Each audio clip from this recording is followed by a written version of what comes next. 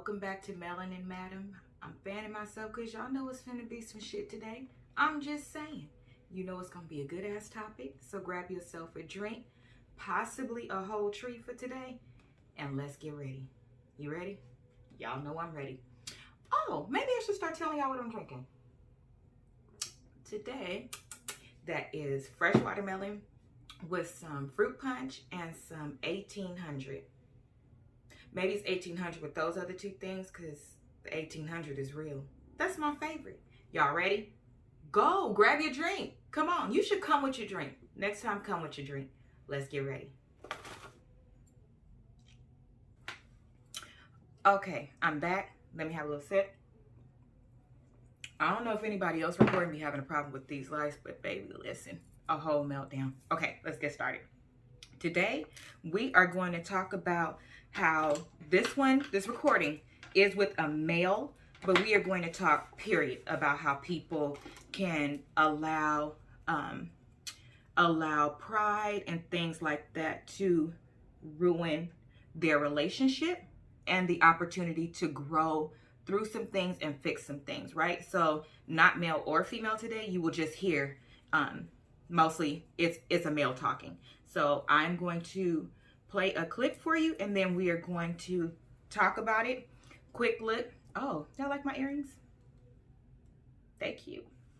Okay, so I am going to play the clip and then we are going to talk about it. And as usual, don't forget to sound off in the comments if you'd like. Always be respectful.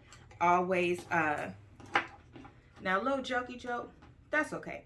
But always be respectful as we are trying to grow on this channel. So yes, we will talk about things that I'm sure is going to hurt somebody. You know, at one point, some of these topics hurt me. And that's why I'm talking about them now that I can. I don't like that getting on film and crying and all that other stuff. If it happens, you know. But I don't like intentionally doing that, like trying to grab subscribers by always being a basket case or something like that. And some things are better received too after you have the testimony part to go with it. So I just believe there's a method to madness and it's different for everybody, but that's what you'll get here. So ready? Ready? Let's start with my brows. You say that's how much you spent, not him, you putting together your honeymoon. Why don't you tell me about that? Yes, I wanted us to have a good time. I didn't want us to have we don't have enough money for this, for that. Because I love this man, you know, I do. And I still love him, even though he degraded me to a point where I couldn't even take it no more, making me have low self-esteem. And never in my life have I had low self-esteem at all. And so when we went, we had a wonderful time. It was lovely. We always had a good time, but it is his jealousy that killed my soul. And I refuse to keep letting him do this to me.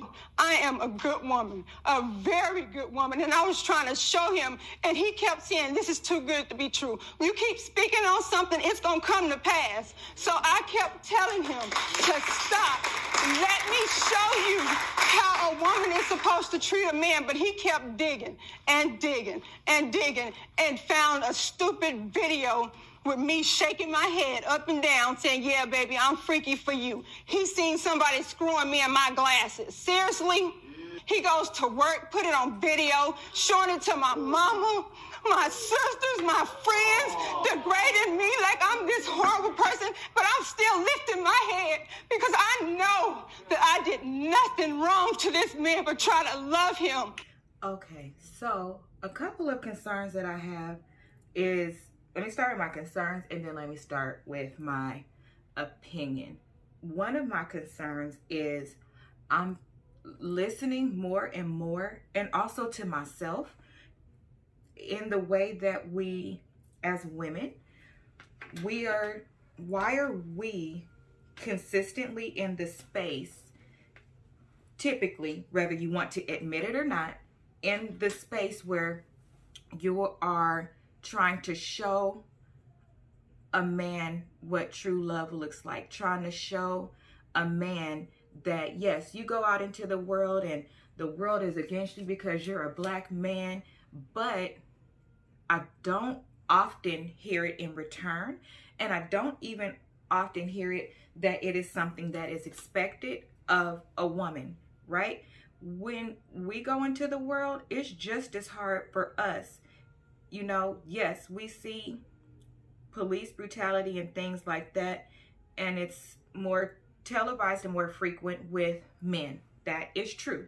However, there is also the things that are not talked about as frequently, and it has a lot to do with the embarrassment of it all, the you wanting to get over it, and that is the rape that women experience. So no, we are not being beaten physically as much as males, but we have that other factor that is included that we fight out there too. And so for this, I would like to acknowledge that of women. I would like to say I'm sorry. I would like to say if you have experienced that, there is support for you too. And I would like to see us start acknowledging that those things do happen, although we may not be able to put a face to it, right? Because when something like rape happens, no, a woman does not want to put her face with that, especially if it relates to the police, because you still have to, let me prime my face, you still have to show up in the world every day, and you still have to, you kind of want to get therapy and forget it. You don't want that to be something that you talk about every day. You don't care about, you know, oftentimes, and some people do, care about a check for what happened because you simply just want it to go away. Okay, so let's start there. And then in the corporate world, the things that I have experienced are on the milder side, and the things that I have experienced have left me in a place where being a part of corporate America and being in the world of HR, I've left that field. And if you know me, you know that I absolutely love HR. So there are things that happen on both sides, starting with minorities, I will say black and brown minorities, at a much higher rate than others. And then more specifically, because, you know, this is something that she just said, and it kind of tugged my heartstrings. With black women, there is so much that we deal with that is not talked about, and we are not protected from those things, because first you have to talk about them and acknowledge that they're happening, and we are not given that same courtesy of saying, you know what, I show up in the world, this is what I'm facing, and I too need the support of my black man, my black king, be it a dad, a brother, a sister, a brother, a cousin, a husband, to say this is real and this is happening to me too. Why is it that that is one of our primary things that I'm identifying in our black and brown communities, is that the woman is trying to show that there is love, that this is what it should look like. Here, let me show you. Here, let me show you. In particular situations like marriage, I feel like both sides should be everything that the world beats them down for. Those should be the primary things that we are charged with ensuring that our partners have, right? So it should be on both sides, not just one. And if it's to the point where one of you, male or female, is so traumatized by what happened, disclose that to the person before you agree to marry them. And especially a man, you are the one who proposes. So if you are in such a space that you would literally like sabotage your own happiness and your own family, because now when you get married, your family is now the one that you have just started, right? If more people value their marriage as much as they value like having their kid or the family that they were born into, this one is literally your family.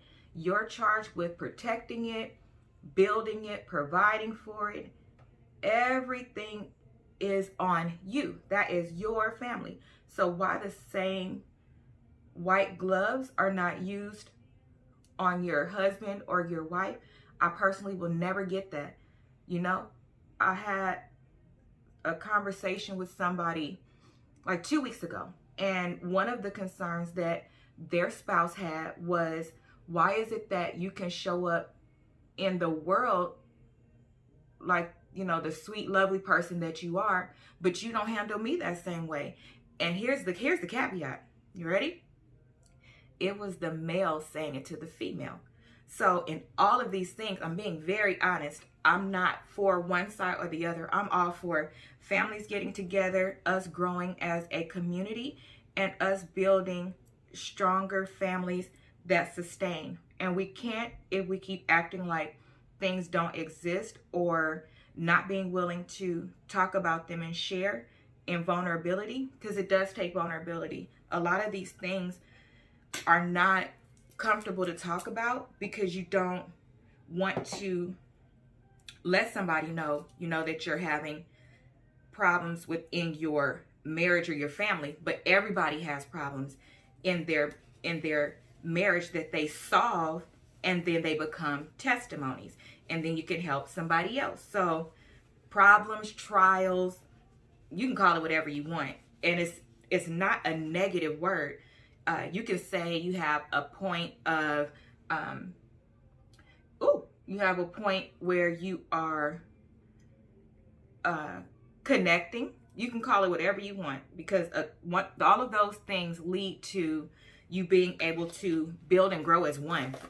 You don't just build and grow as one overnight without any trials or without going through something. In order to know if somebody really loves you and if you can make it through something, you have to go through it, right? That's just like, let me give you a good example and then we'll go to the next clip. A good and familiar example is the person that always borrows money, right? If you are the head and not the tail, you know what that feels like. So the person that always borrows money is like, oh, if I had it, I would give it to you. Thank you for having my back. Like, they're so grateful, right? Let that same person actually get something, and honey, they be ghost.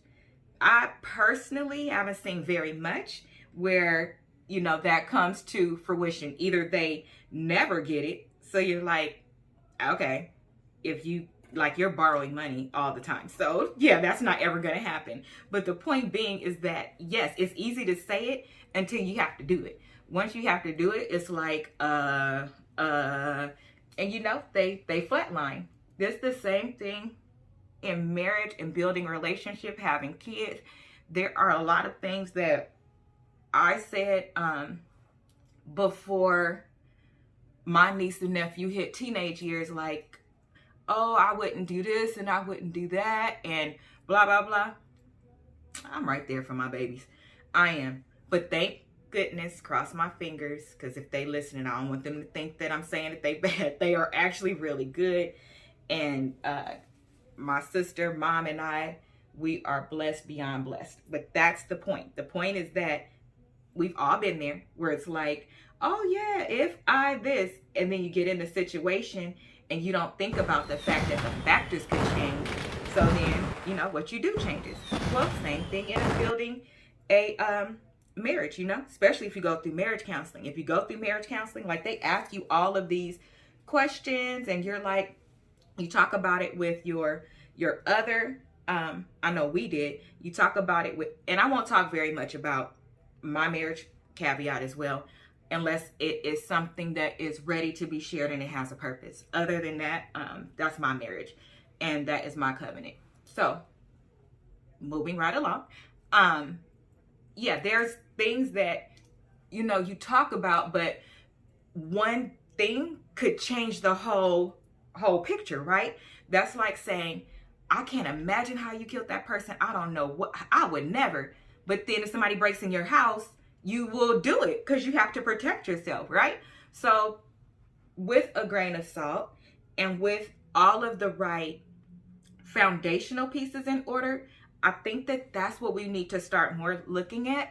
And I'm learning that the older that I get, And I wish somebody would have told me that. So I am sharing it with you, that what we should look at most is what our beliefs and morals and values are, because those typically won't change even if the situation does. Okay, so let's go to the next clip. I'm going to say this to you, Mr. Maps. I think you blew it. You are so afraid of looking bad that you made up in your head what you feared. And whether or not she was or wasn't doing it, it didn't matter, because it became an ultimate truth in your head. And everything she said, everything she did was going to mirror that false truth that you had in your head. I hope before you ever get in a relationship with anybody else again, that you go get somebody, go in that head and look about and see what's there. Because all of the stuff you're saying, only that, all the other stuff didn't make any sense. It's the symptom of a fearful mind. Yes, Jesus. And that fearful mind damaged her, and in the end, it will damage you. I don't think you're a bad guy. I think you're a broken guy. Yes, and Jesus. I hope you can get fixed up. Okay, so with that one,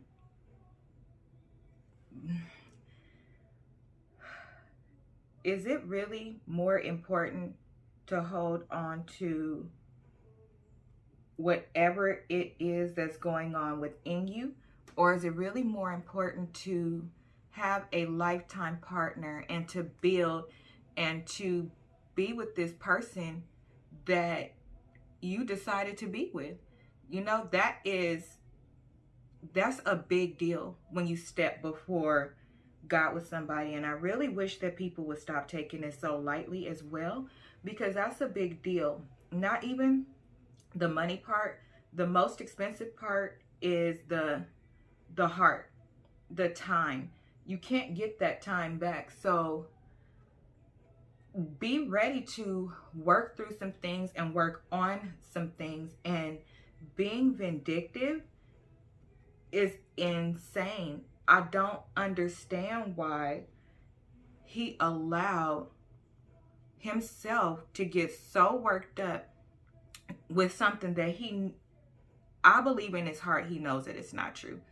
I do, this particular person. And I believe that when people do certain things that they know in their heart that it's not true, but either something from the past has hurt them so much, or they may have done something, because I've seen both, where the person did something that is behaving like that.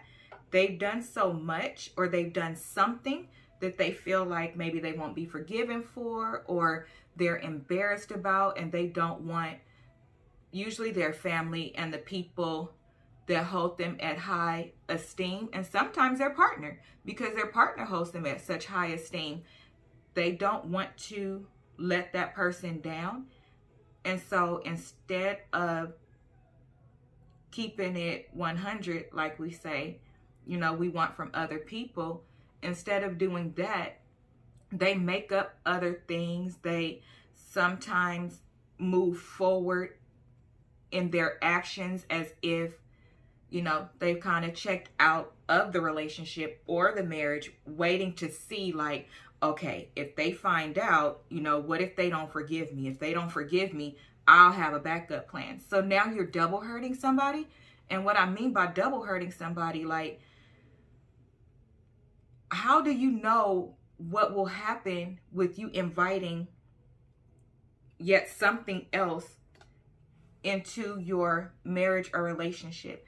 If your partner forgives you, then you also have to tell them what you've done in there. It just creates a whole cycle of things, and it gets so far out of hand that you believe, as the person who did something, that you can't recover. And so you keep doing things like, you know, you did the initial thing, now you're doing this to prepare in case they leave you when they find out. Not that you're going to tell them, but just when they find out. So it could be 1 year, it could be 2 years.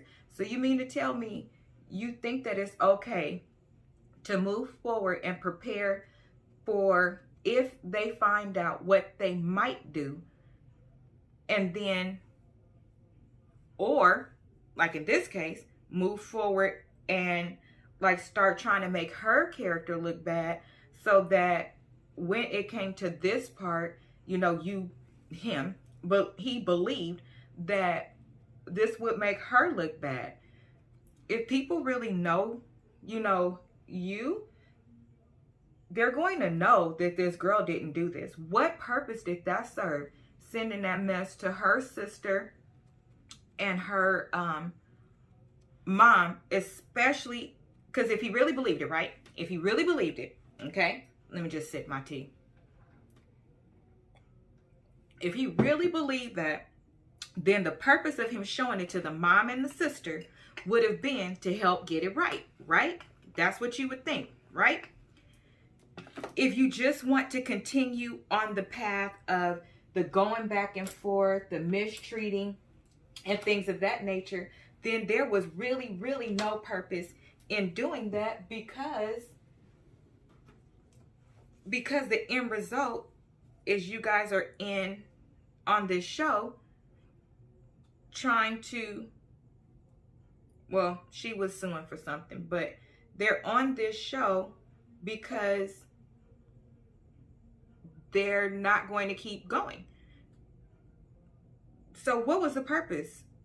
Like, really, that to me shows even more that you really are a messed up person, because in that, it's not like you was reaching out for help or, you know, ready to take ownership, you know, of what you did.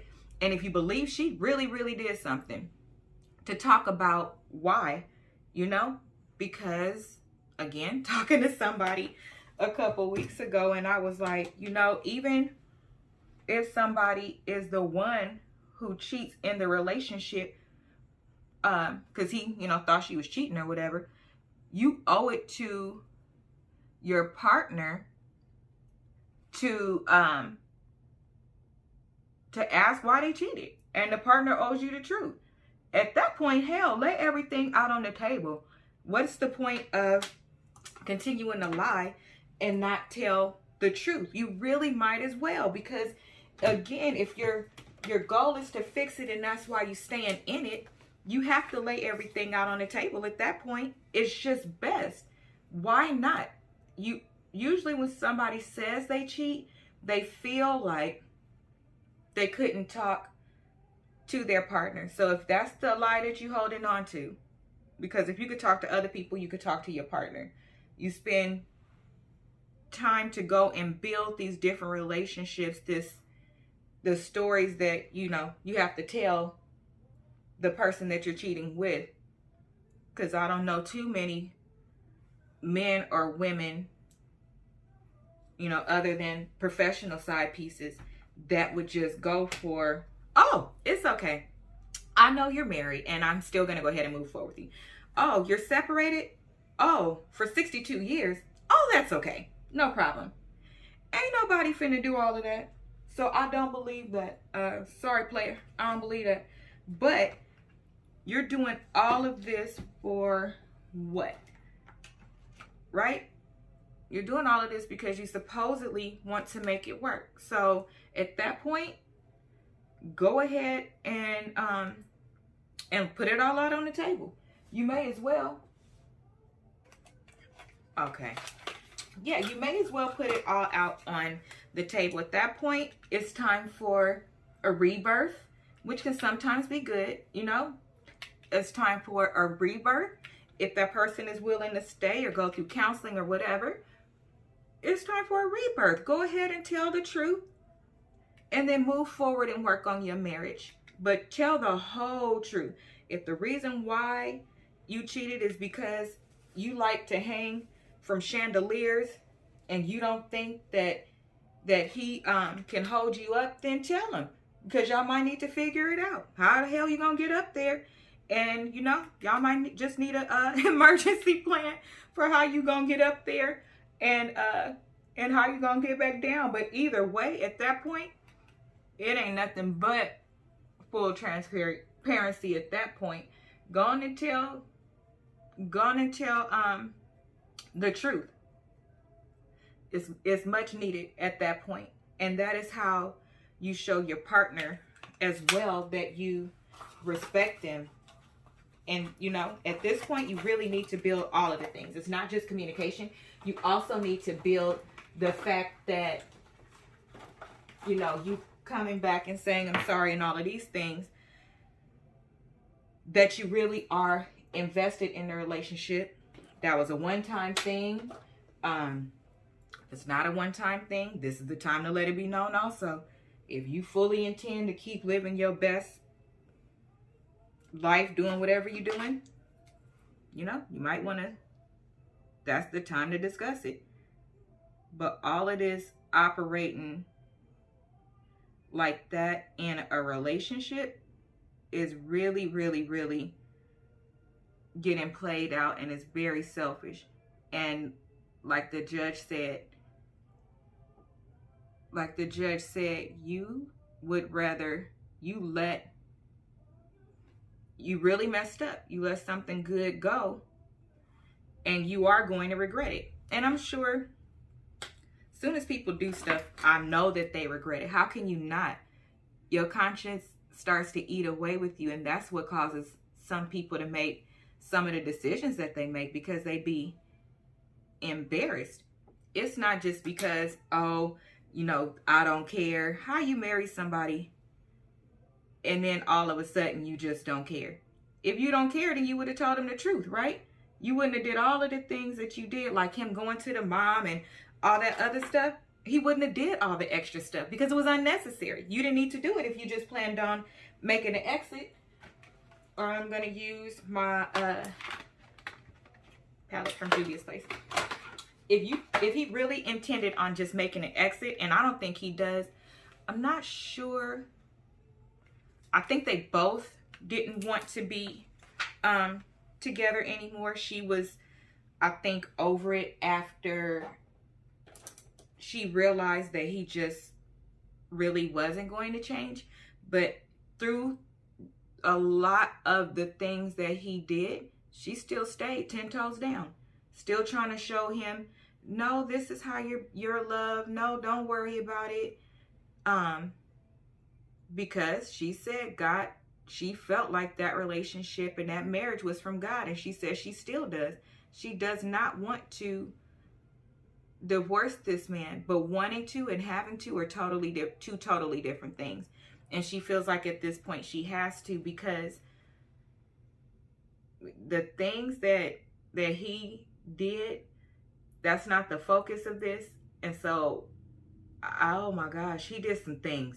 For the things that he would claim that she did, he did some very interesting things. You know, one is, for me, that you just heard, is how you taking pictures or sharing a recording with her family of something that looks one way, when, dude, you know in your soul that your wife didn't do that. You know she didn't. So why did you just do that? That's cold. That's cold. Some of the things that people resort to when they are, one, trying to cover up what they've done and make the other person look bad, or once you get so angry that you damn near can't see no more, that shit is crazy. Because if that's when you realize that you so much like family more than you thought, because only family can hurt you in such a way, right? Only they know the most intimate things about you. And I don't mean as far as being intimate. I mean, they know things about you. This is your partner. So they are aware of how to hit and hurt you the most. They can even make a lie look like the truth because they know you so well. So that's one of the main reasons I don't get involved in marriages. You know, I can be a support without taking a side. I really can, because I've been a part of somebody not exactly telling the truth. And when it came out, it was like, well, this is what I had to do for this. The person actually admitted to me that they, wasn't telling the truth, but that they couldn't tell me at that time because, you know, they wanted to be like, if you're questioned, I'm like, was we a part of the FBI and I didn't know? But anyway, it was like, if I was questioned, they wanted my response to be authentic. I don't lie. They wanted my response to be authentic. They wanted it to be like, nope, this really happened. No, that person would never. And it wasn't even true. But I'm telling you, I looked at that person like, oh my gosh, I can't believe you did that. But again, the way that you know how is because when you've had an intimate relationship with somebody, you're close to them. So you know how they're operating, why they're doing what they're doing. You then know how to make something look like something that's not really something. You just can.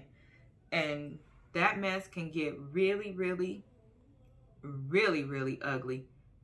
So I try to keep myself out of it because I wouldn't want anybody being involved in my marriage. Because no matter what, I don't come for my husband. I don't care. Don't. That's just how I feel. So in that, I don't come for nobody else's relationship, husband, girlfriend, none of that. I just don't. That's why you stay out of stuff. Because this fool, look at him. Who does that? Like, for real, y'all. Who does that? This girl is a for real church girl. Like, you know, a woman, but nonetheless a for real church girl. And he probably, he knows exactly how much she is in church because that's where they met. Oh, they met at church too, by the way. That's why I keep bringing that up, because they met in church. So they met in church. So he knows that that's really important to her. And he knows that she's really trying to live, you know, the biblical way. That's why they got married, because she was like, you know, no, I'm not doing X, Y, and Z without being married. And he also felt convicted because he was involved in church as well. And so that's why they got married. But that then brings another question up for me that I really don't understand, is how people have all the morals and values and high esteem and all these other things, but then what makes their switch go off? Because this man is clearly lying. He knows he's lying. He knows he's lying. If he's not, and he's really that insecure or damaged by his previous relationship, then as a whole grown-up man, they're not young. They're in their like 40s, early 50s, something like that. But they're not young. If that is truly how much his last relationship impacted him to where he believes that this girl who wouldn't even date you in a certain capacity is all of a sudden just doing things, you know, that, oh my gosh, that are very different. And she just freely just doing it with somebody now, with you on the phone. That's why you can't make me believe that he believes that's true. Like, I'm just going to sit here and talk to my husband. I'm going to talk to my husband and be getting hit from the back. No, you can't make me believe that. He don't believe that, y'all. He don't believe that. I know he don't believe that. Nope. Can't make me believe he believes that his wife was doing that while he was on his way home. He on his way home and she talking to him, talking about the food she making for him. And just done, oh no. Honey, listen. Mister, get some counseling. And tell the truth. Counseling don't help if you don't tell the truth. But get some counseling and tell the truth. Oh my gosh. I believe as well that he is a good man based on some of the other things that he said. I believe he's a good man too. I do. But I don't know why, but something from his past relationship got him on. And I can't figure it out. And it's not for her to have to figure it out. And all of that is just not. Because here's the thing, sir. If you would have just openly said, you know what? I'm realizing that I have some control issues from my previous relationship and some things that happened. Can you go to counseling with me, or can we go to counseling, or can you be more, take some of this off. Can you be more sensitive to this? You know, whatever it is that she was doing. Can you be more sensitive to this? Because, you know, now that I am married to the woman that I really, really love, and this can really happen, y'all, I'm identifying that this is what's wrong with me, right? So one of the things that we've learned in marriage counseling is that it's three things that could really bring forward like that type of thing in your life. And it's when you're elevated higher. So it is when you have a baby, because, you know, the world opens up and then you just see it different. You see it from a protective space. The other one was death. Obviously, you experience a loss. That's trauma. And then the other one that is on the that was on the thing is marriage. Apparently, when you enter a certain realm of love, let me try something that I saw on TikTok. Apparently, when you enter a certain realm of love, it opens up your emotions. So the ones that you had suppressed, the things that you didn't know bothered you, all of those things can open up and become a factor, right? So you see the world different, you see situations different, and everything. And I'm like, that don't work for me. It don't work for me. I'm like, that kind of makes sense, because if you have put off, you know, emotions or whatever, you've been able to turn them off. But now that you're in another space, especially with childbirth and marriage, you have to reach a certain realm of love to even agree to marry somebody. That's first of all. But in the one with birth, like that one just comes naturally, I think, for the mom. In most cases, it comes naturally, because you look at it and it's like it opens a whole new world for you. You see the world different because you're now you have a different position in that world. And I really think it's because, in all honesty, in marriage and in birth, you see the beauty of God. Like you experience it at a whole different level when you marry somebody for love, and when you have a baby out of love as well. I just think that it opens up just these feelings that you've never ever had before, or you don't think that you could have. And for that, I don't understand why somebody would be so proud that they would allow themselves to not communicate, to lose everything that they wanted and they went through to, you know, that you go through to get it, and you go through to keep it. You know, a part of you dies when you get married. A part of you dies when you have a kid. A part of you dies when somebody dies.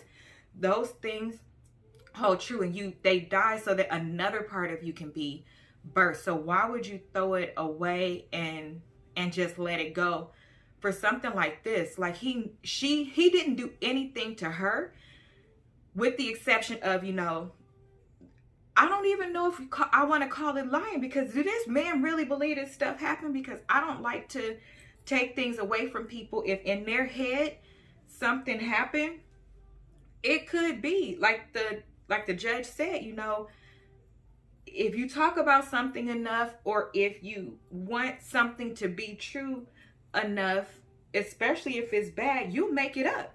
You'll make it up, and then it will become true. It will really manifest and come true in your head. That's the only place that is true, is in your head.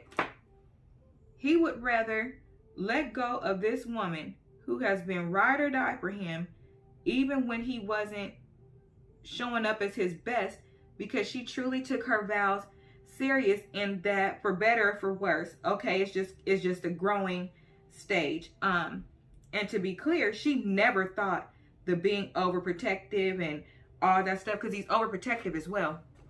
Usually when somebody is jealous, they're overprotective as well. And that he was. She never thought none of it was cute. So it was always a, let's pray about it. What do you need from me to not be like this? These things are not really happening. Like, that was her approach to him in their marriage. So she wasn't even enabling him. She wasn't. She was simply trying to be a good wife and show him better than she could tell him that she was a good wife. And I do love you. And I'm, no, those things are not happening. And I don't have no problem showing you that those things are not happening. But he crossed the line when he sent the damn recording to her mom and sister. What did he think she was going to do at that point? Because now you brought other people into our marriage, and you brought the wrong people in. Because let me tell you something. Do something like that to me, and you directly include my mom and my sisters, I can't help you at that point, bruh. Because my whole thing of telling them to stay out of our marriage, if I was in that situation, and I'm consistently saying, stay out of my marriage, these are my boundaries in my marriage, this is my marriage, blah, blah, blah. And then if your husband go to your family and show him something like that, open sesame. It's open sesame. You let him in. And then you lying on the my daughter and my sister. Oh, bruh. Like, that was a suicide. That was suicide. And didn't she say the job too? Like, that is not okay. Now this girl got to keep walking into her job, and either way she gonna be embarrassed. She gonna be embarrassed because one of the, what she said, and that was private. And then and they, between them, because she's talking to her husband. And then the other thing is that they know her husband is batshit crazy. So now she got to be embarrassed about that. That's not cool. So at that point, if she had chosen to stay with him, they would definitely need some therapy. They would, because he crossed the line by sending that recording. My livelihood. And if she paying for vacations and whatnot, that means she was the breadwinner. Wait. Y'all think he acting like that because she's the breadwinner? Oh, man. Oh, I wonder if that's the reason why. That coupled together with whatever happened in his previous relationship. I wonder if that's it. Oh, man. Oh, man. Dear sir. Dear sir. Please don't make the girl lose her job. Or be jealous of her job. Because you are definitely benefiting from it, sir. Oh, man. I wonder if that's it. I wonder how far somebody would go if they was jealous of you,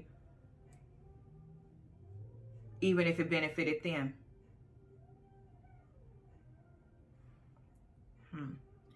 I wonder, why are men like that? What difference does it make? You knew she was the breadwinner in this case. You knew she was the breadwinner before you married her. So I don't understand where the problem came in. Nothing has changed, mister. Nothing has changed, Mr. Guy. I don't understand what you thought was going to happen. I really don't. What was she supposed to slow down, lose her job, trip on a nail? Child, let me put on my lip gloss and get up out of here, because that done just made me mad. Because I wonder if that's the answer. In which case, if it is, that's some cold-ish. And more so, it's typical. And I think that's cold.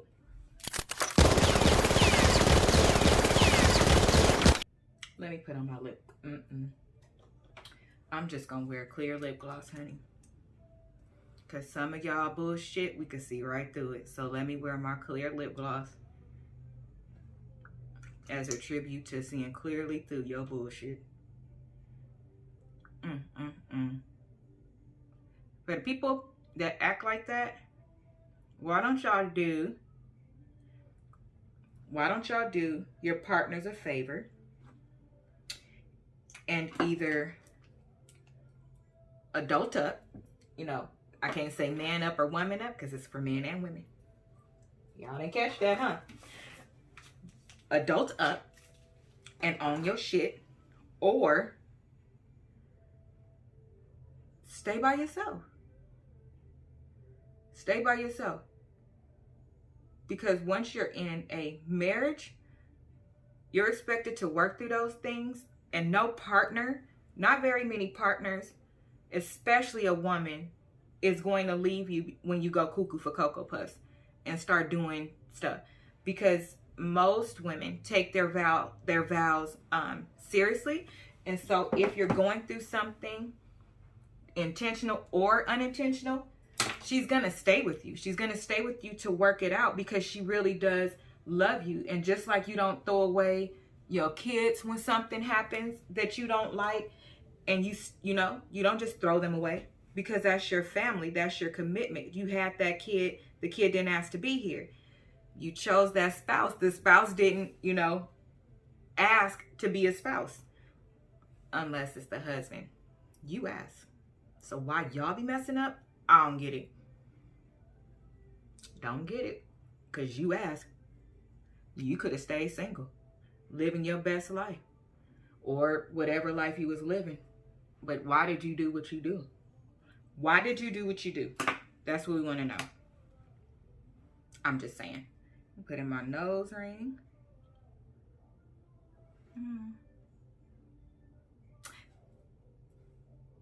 Anybody got an answer? Bueller. Anyone? Why? She didn't come for you, sir. You came for her, sir. We have questions. Bueller. I'm closing my eyes because I want to make sure my senses, the ear one is up, right? Because y'all say black women don't listen. So I'm listening. I didn't hear nothing. Maybe you could put it in the comments. I don't know. But that is it. It's time for me to get on out of here and get to the radio station. Thank you for joining me today. Let's see. What we're going to toast to today? We're going to toast to honesty. We're going to toast to marriage and making it work and sticking through it and loving each other through your not good times, because it's easy to love somebody when everything is going well.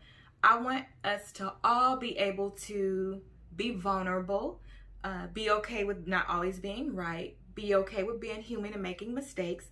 And I want us to all, here's what I want us to do. I want us to revisit our vows. For those of us that are married, revisit your vows.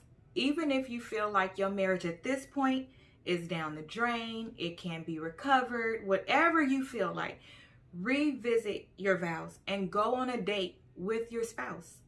If you can revisit your vows and go on a date with your spouse or a weekend getaway and you feel nothing, then go from there. But a lot of times people are suppressing how they feel or working around how they feel or being distracted. And that is of the devil. The devil is deceitful. The devil causes distraction. Be mindful of who you have around you. because the devil is busy. But that's what I want you to do. Revisit your vows, the ones that you wrote to your spouse and the ones that they wrote to you. Go on a date or have a weekend getaway. And if it is nothing, let it be nothing. Cheers to marriage. Ooh, child. People done lost their damn mind. Now, y'all know it's the pictures for me. I finally stopped running now. With you, I found my peace somehow. Let go of every thought that was holding me back. Yeah. I'm in love with you in every way. The joy you give me every day makes me forget that I was troubled before. Don't know if So what do you do when you do have that person who has shown you all of the leadership skills, all of the qualifications of a man, and all of that, right? And somewhere, somehow, he falls off, right? And you're able to identify that there's a bigger problem, whether it's depression or whatever, because life has happened, right? How do you navigate through that? Do you stay? Do you leave? Do you... What do you do? What type of relationship? It's not a marriage. It's just a relationship. A serious relationship? Yes. Okay. I'm staying. You stand? Because you built up the foundation first, and you showed me the things that I needed to see. So that's like, to me, kicking somebody while they're down. But with myself, similar to what you were talking about earlier, I still need to decide what's the point where I do drop off before I get to that point. So you kind of meet in the middle. Okay. Think. What would you want your woman, what would you expect your woman to do? If you've already shown that you're a great provider, you're a great man all the way across the board, right? You leading, you the king. Like, you feel what I'm saying? You're an alpha male. If you've already shown all those qualities, but then life happens and somehow, some way you fall off from this, right? What do you expect from your woman when you're in that space? A serious relationship, right? A serious relationship. Be there. Just be there. Nothing else. That's it. If you're not there, then there. But then again, if I did fall off, there could have been a problem between us or whatever, you know, that make me want to, like, let me just fall back real quick. Because that happened before, you know. Like, you be all in, then something that she do or something trigger something that happened in your past, and that brings back up, and that emotion takes over, and you just want to fall back, then right. If you fall back from that one thing, then you just be like, fuck it, it's over. Domino effect. You just like, I think that's a good point to bring up, that men have their things too. Yeah, men go through a lot of shit mentally and privately, because their egos and their pride, like, society has taught them that they have to mask everything. They have to be so tough all the fucking time. Right, totally. You get what I'm saying? And that's not the case. Yeah. That's not the case. Big D-Mo Loco said, if it's real between y'all, then you try and stay and work it out. Pack 69 Plumbing said, weather the storm, good goes with the bad. Change your name. Big D-Mo Loco said, I expect for her to pick up the pieces and put me back together and get me back on track. She can't put you back together. That's what we just talked about. Yeah. That's the unfair expectation, because she's not equipped to put you back together. She's equipped to love you through it. She's equipped to, if you say things like identifying what that trigger was, to be willing to discuss that trigger and try not to do whatever that is again. But I also need men to understand that, okay, because he's probably not the only person that expects this, right? And so what I need men to understand is, when you're in that space, the more she tries to help you through this or communicate different things to you that she notices to help you get through it, you take it as an attack and she becomes your enemy. And as long as, especially men, as soon as you decide in your mind that I'm your enemy, it stays that way, and it get worse. There's no way to break through that until you change your mind that I'm not your enemy, I'm your teammate. Until you're able to get back to that space, nothing I do is gonna work. I can cook you something to eat. I can cook you something to eat, and you'll have a whole attitude because the sauce was wrong. Or she don't listen to nothing I like. She don't remember you'll nothing. find something wrong with every move made because you created in your mind that this is your enemy. She attacked you. You feel what I'm saying? You want to know what that I talked about as well is one of the things that we should do once we determine we're moving into the serious relationship part. Then that should be a different type of trust, right? So at that point, I think that's a good time to, instead of discussing what you want out of the future and all of those things, that's important too, but discuss what your triggers are. Have those conversations because this is the reason why. It's more likely for a woman to say, you know, I have abandonment issues or whatever it is, but that man, to your point, because he didn't feel safe at the beginning, he probably never hurt. You didn't hear none of those things from him, but now that you feel safe with her and you're in a good space, try to talk about, you know, we're going to pray about this. I don't want to hear what we're not going to do no more. We have to, because we as the woman, we have to help them feel like, I'm not going to judge you. If this even if we don't make it, I'm still not even going to throw this in your face. If we get in an argument, don't throw that in that man's face. We have to get better with putting it on the table, and they have to get better with picking it up. Okay, well, in that case, friends business and all of that but I think that's really important because when do they get the platform to talk about it? And then usually the only time you talk about it or bring up what you see as a woman is when there's something wrong. So automatically they defensive. That's not a good space. If you talk about it before, like I care about you, try to do something with it. Hopefully they will feel more comfortable talking about some of those things. Free said, how many women pray over their man when he sleep? You want different, be different. Listen, I sure do. I touch him and pray. Let me tell y'all something real fast before we go, okay? This man done told me, I feel like you be doing something. I'm just praying for you. But I promise, that is in the so car, important. When we riding in the car, I hold his hand and I just be silently praying. In the bed, I'm praying. Like no matter what, I'm praying because I know the importance of covering him. You feel what I'm saying? So that's a whole nother topic. We're going to talk about that. We're going to talk about that next week, Tree. So you make sure you chime back in, hell okay? Yeah, girl. I'm going to pray with you. I said, for real? I said, hell yeah. That's what I'm talking about. It just felt good. It's different. It's different.